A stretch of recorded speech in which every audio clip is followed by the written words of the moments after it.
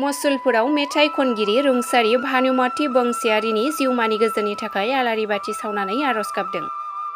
बाक्सा जिल्लानि सदर मसुलपुराव थानाय कालचारेल कमप्लेक्सआव मसुलपुर जिल्ला BCAA, बाक्सा जिल्ला दुलाराय बर' हारिमु आफाद आरो बाक्सा जिल्ला एबसुआ बावैसो बेरामजों नाख्रेबजानानै रुंसारि जालांनाय मेथाइ खनगिरि भानुमति बंसियारि बिथांनि सोरगोआरि जिउमानि गोजोननि थाखाय मैया मोनाबिलिनि 6:30 रिंगायाव खौसेयै आलारि बाथि सावनानै आरज गाबनाय हाबाफारि लायो।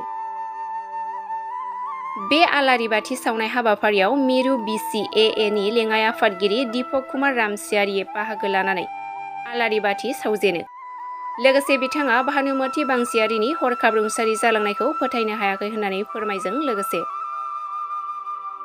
लोगोसे बिथाङा भानुमति बंसियारिनि हरखाब रुंसारि जालांनायखौ फोथायनो हायाखै होननानै फोरमायनायजों लोगोसे बिथांनि रुंसारि जानायाव बर' हारिमुआ गोबां खहा जानाय बाथ्राखौ फोरमायो। दिनै नैबे मसलपुरनि कालचारेल कमप्लेक्सनि लांगोनायाव बिथांनि मुसुखायाव बिबार बावनाय आलारि सावनाय मोनसे हाबाफारि लानाय जादोंमोन आरो बे हाबाफारियावनो आंबो मिरु बिसानि जानानै बेवहाय बिबान लाफैनो मोनदों आरो जोङो मिरु बिसानि जानानै जोंनि रुंसारि भानुमति बंसियारिनि जिउमाया जाहाथे सोरगोआव आलो गोजोनै जायगा मोनो बेखौनो जों आफा आनान गसाइनि सेराव गुरैयै आरज गाबहरबाय। लोगोसेनो भानुमति बंसियारिनि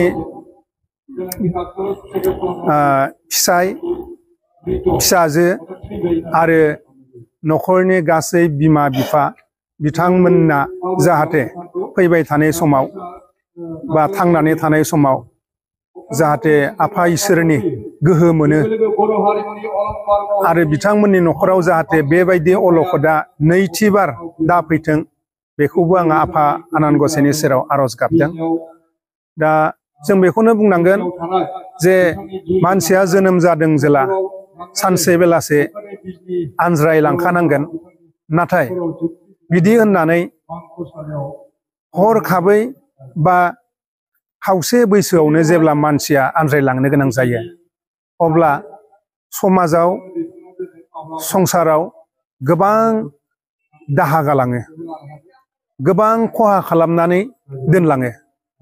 मानोना बिथां भानुमति बंसियारिया जोंनि बाक्सा ओनसोलाव जोंनि बर' हारिमु बा बर'नि मेथाइ जगताव मावफुनोसो लादोंमोन। बिथाङा मोनसेनि उनाव गुबुन मोनसे जोबोद मोजां मोजां मेथाइ रोजाबनो लाबायमोन आरो बे रोजाबफुबाय थानाय समावनो बिथाङा दिनै हरखाबै जोंनिफ्राय आनज्रायलांनाया थारैनो जोबोद दुखुनांथाव बाथ्रा। जाय दुखुखौ जों दिनै बिखाखौ बोखानानै जोङो दिन्थिनो हाया।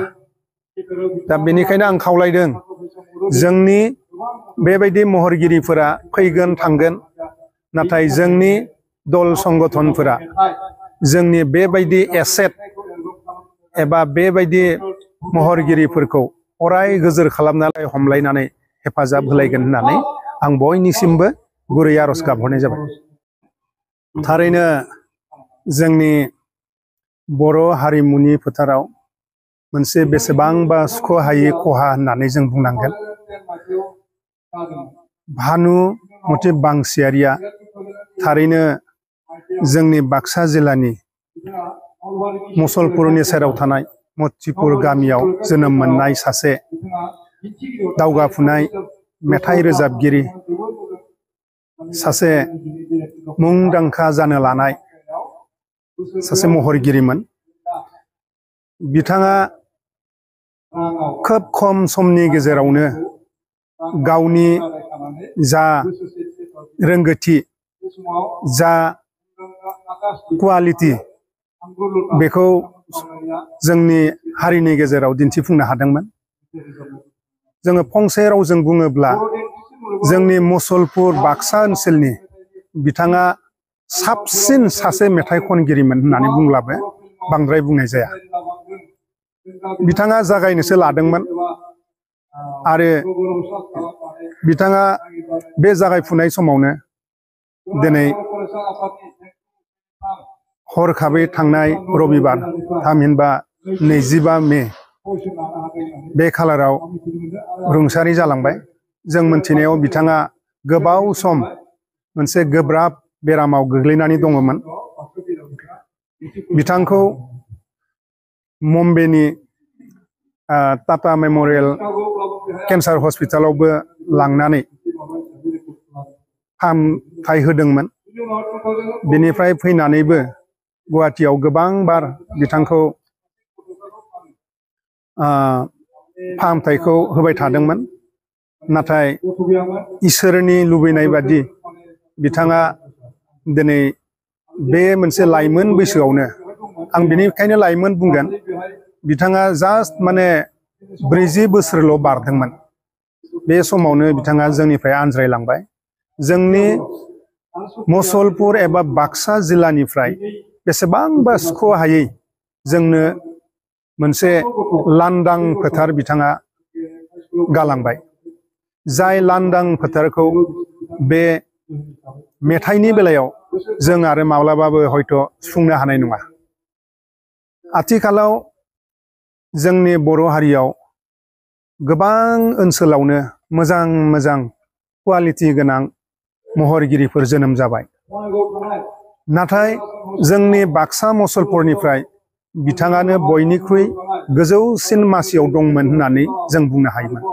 दा बेबायदि सासे बेसेबांबा क्वालिटि गोनां सासे महरगिरिया हरखाबै जोंनिफ्राय आनज्रायलांनाया बेयो जोंनि थाखाय बा बर' हारिमुनि थाखायनो बे मोनसे जोबोद दुखुनांथाव बाथ्रा। दा इसोरनि इस्सा बिथाङा थांबाय।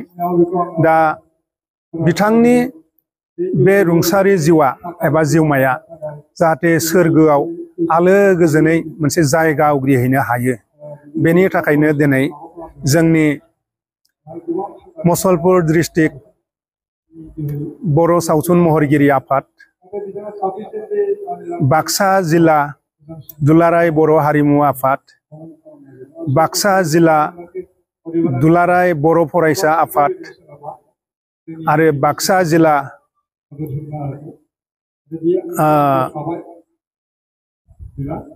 बायदिसिना गौथुमनि मानव गेदेर दैदेनगिरि बिथांमोना